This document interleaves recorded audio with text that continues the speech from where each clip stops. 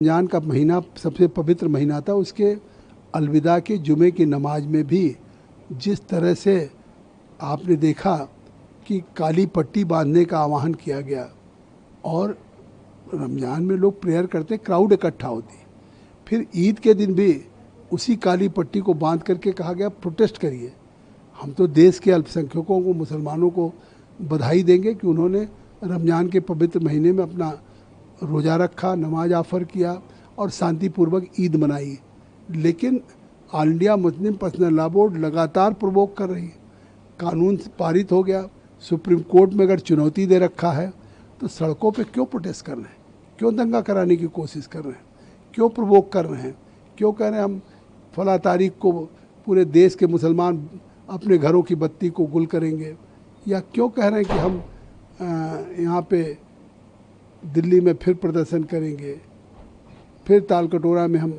तो ये साफ है कि कहीं ना कहीं जिस तरह से आज इसका विरोध हो रहा है, तो ये नहीं चाहते कि ये जो देश के संशोधन के बाद गरीबों को, पसमानदा को, पिछड़ों को, मुसलमानों को या महिलाओं को उनको जगह मिलेगी वक्फ बोर्ड में, बैकवर्ड्स का रिप्रेजेंटेशन होगा और ऑल इंडिया माइनॉरिटी काउंसिल में होगा, तो नहीं चाहते। या उसका वक्फ का इनकम का फ़ायदा गरीबों को मिले, ओबीसी पसमानदा को मिले, महिलाओं को, बच्चों को, ये नहीं चाहते।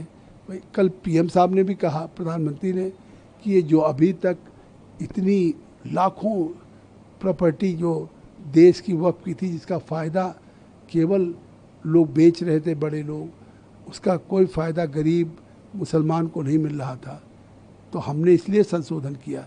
ये बात अमित शाह जी ने कहा कि वक्फ की प्रॉपर्टी हम कहीं सरकार नहीं लेने जा रही और वक्फ की प्रॉपर्टी वक्फ की रहेगी, मुतवल्ली मुसलमान रहेगा, वाकिफ मुसलमान रहेगा। हम तो केवल रख रखाव और सीएजी के द्वारा निर्धारित ऑडिट से ऑडिट करा के उसका इनकम गरीबों के फ़ायदे के लिए होगा। तो अब इससे साफ है कि अगर ये सरकार बेहतरी के लिए कानून लाई है तो आप आंदोलन कर रहे हैं, सुप्रीम कोर्ट पे आपको भरोसा नहीं है। ममता बनर्जी कह रही ने किस बिल की ज़रूरत थी? उस बिल की जिसका वक्फ का आज एक उदाहरण नहीं दे सकते कि अभी तक कोई फ़ायदा किसी गरीब को मिला हो। किसी देश में रेलवे सेना के बाद सबसे बड़ी प्रॉपर्टी वक्फ की है। कहीं पे आपने नहीं देखा कि अभी तक उस वक्फ से एक मेडिकल कॉलेज, एक यूनिवर्सिटी या एक कोई इंजीनियरिंग कॉलेज बना हो। उस वक्फ से हर वक्फ वाकिफ़ अपना लिखता है कि हमारे वक्फ किए हुए प्रॉपर्टी के इनकम से लोगों को स्कॉलरशिप दी जाए, लोगों को छात्रवृत्ति दी जाए। आज उसकी कमाई कहाँ जा रही है? आज वक्फ बोर्ड अपनी तनख्वाह नहीं दे पा रही, राज्य सरकारें दे रही हैं। तो इसका मतलब अनियमितता, भ्रष्टाचार खुर्द-बुर्द हो रहा है उन मुतवल्लियों के खिलाफ। तो अगर आज उसको एक ट्रांसपेरेंट ढंग से संशोधन किया गया है तो इसलिए ज़रूरत है। बंगाल में ही हिंसा सिर्फ हो रही है या ये कहीं ना कहीं लगता है आपको कि टीएमसी या सरकार वहाँ उकसा रही है लोगों को? नहीं, आप देखिए कि पिता पुत्र मार दिए गए घर से खींच के, बड़ी संख्या में हिंदू पलायन कर रहे हैं। वहाँ जाने के बजाय आज कलकत्ता में मौलाना और इमामों से मिल रही, तो तुष्टीकरण है, मुस्लिम वोट बैंक है, कानून नहीं लागू होगा ये कहा जा रहा है, उकसाया जा रहा है। और एक हफ्ते से मुर्शिदाबाद जल रहा था, रोहिंग्या बांग्लादेशी तक तांडव कर रहे थे। प्रोटेस्ट नहीं था, वो घरों को जलाया जा रहा था, दुकानों को लूटा जा रहा था। ये प्रोटेस्ट है कि ये डकैती है, ये हत्या है, लूट है? और इसके बाद सरकार चुप खड़ी हो, उसकी पुलिस मूक दर्शक बनी रहे। हाई कोर्ट ने संज्ञान लेकर के पैरामिलिट्री फोर्सेज भेजा है तब, लेकिन इसके बावजूद आज 24 परगना में शुरू हो गया वही दंगा, दूसरे और जिलों में फैल रहा। तो ये कहीं ना कहीं उन दंगाइयों को राज्य सरकार का संरक्षण है, और जो वायलेंस हो रहा है स्टेट स्पॉन्सर्ड वायलेंस है। आज नेशनल हेराल्ड राहुल गांधी से पूछताछ हो रही है, उसको लेकर के कांग्रेस कह रही है सरकार दबाने की कोशिश कर रही है, विपक्ष की आवाज़ को।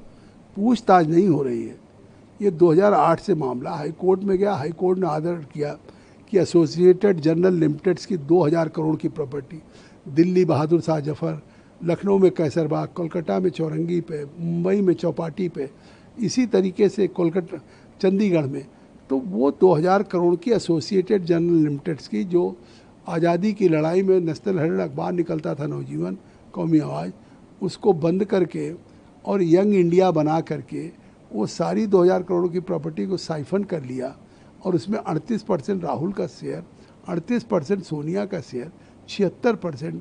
तो अब ये तो भ्रष्टाचार की ऐसी मिसाल पूरे दुनिया में नहीं मिलेगी। और उसके बाद अगर उसमें चार्जशीट लगी है तो कांग्रेस के कार्यकर्ताओं से प्रोटेस्ट कराया जा रहा है। अब कांग्रेस का कार्यकर्ता देश के किसी इशू पर नहीं प्रोटेस्ट करेगा, जनता की लड़ाई नहीं लड़ेगा, अब वो केवल गांधी परिवार के भ्रष्टाचार को बचाने की लड़ाई लड़ेगा। वीके न्यूज, राष्ट्र के नाम।